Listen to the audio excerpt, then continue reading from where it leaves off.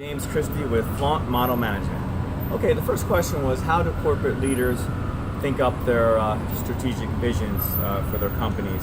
And basically, I think that they just want to be different. They want to come across as being unique, and they want to come across as something that they have that's going to add value. Whether it adds value or not, it really doesn't matter as long as it comes across as adding value. So the example I'm going to give is Dos Equis beer, right? We all remember the most interesting man in the world campaign.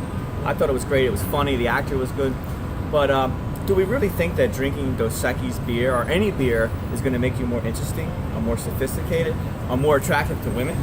I mean, the reality is drinking Dos Equis or any beer basically makes you stupid, makes you do things you wouldn't normally do, makes you fat, makes you spend all your money, and it gives you bad gas. Need I say more? Yeah. Okay. The next question was the future of banking and technology. Now, first of all, I'm not a very technical person. I'm the kind of guy, I still type like this. I don't even think I know how to copy and paste. And I was the last of my friends to get a cell phone and learn how to text. I think I get it from my father. My father claims to be the only person he knows who never received an email. Anyway, you get the picture.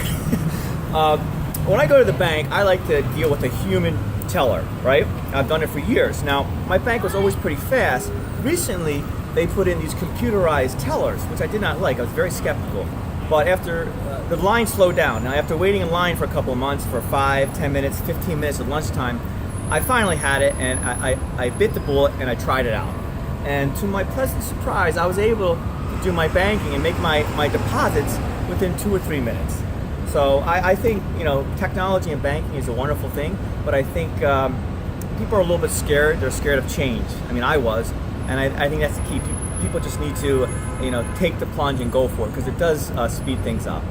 All right, next question was bad customer experience. The first thing I thought of was I took my mother and sister out for a special dinner a couple months ago to a very hot, trendy restaurant in Greenwich Village. And I made a reservation 2 weeks ahead of time for 7 p.m. Anyway, we get there, and it's jam-packed. We don't get to sit down to 8 p.m. So we're standing at the bar, no elbow room, and the bartender gives us Cokes. The Cokes are bad. They're flat. So we ordered them again. Same thing. The Cokes are no good. And the bartender was very arrogant. He refused to acknowledge that maybe it was a bad batch of Cokes. He's like, well, it is Diet Coke. So that started it. Finally, they seat us, and it's so crowded, they seat us in an aisle, right? My back is jammed against the guy behind me. The waiter bumped into myself and my sister like 3 or 4 times with their knee or their elbow. I mean, it was just one thing after another. And to top it all off, the waiters were arrogant and snobby. The doozy was, I ordered a $60 steak. It came out, and it was basically bone and fat. So, needless to say, we all agreed that it was the worst meal we ever had, and we're never going to go back there. And mainly because it was terrible service, but the waiters were arrogant and snobby. And if they would have maybe given us something free, been a little nicer, maybe we could cut them some slack. But I don't think so. Bad customer service. And last but not least, I'm going to talk about employee culture. Now, this is a big one for me because I own my own a small business here in New York City. I run an after-school soccer and fitness program for kids, and we also do private groups all over the city. So I have a lot of young coaches that work for me, and it's important that I keep them motivated and get the most out of them.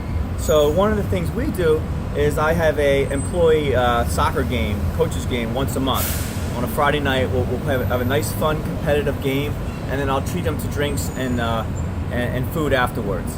And I think I do other things as well. If they're doing really well, maybe I'll take them to a professional soccer game. Maybe I'll treat them to dinner or a play, paid vacation.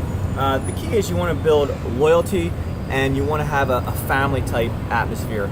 Almost so like your employees, they feel like they're part owner of the company. And I really liked what you guys had said in the email about, I think it was Disney, saying that they don't have employees, they have cast members. I thought that was genius. It's like they're a part of the show, they're a part of the team, and that's the key with that. So with that, I'd like to say thank you. Once again, this is James Christie with Flaunt Model Management.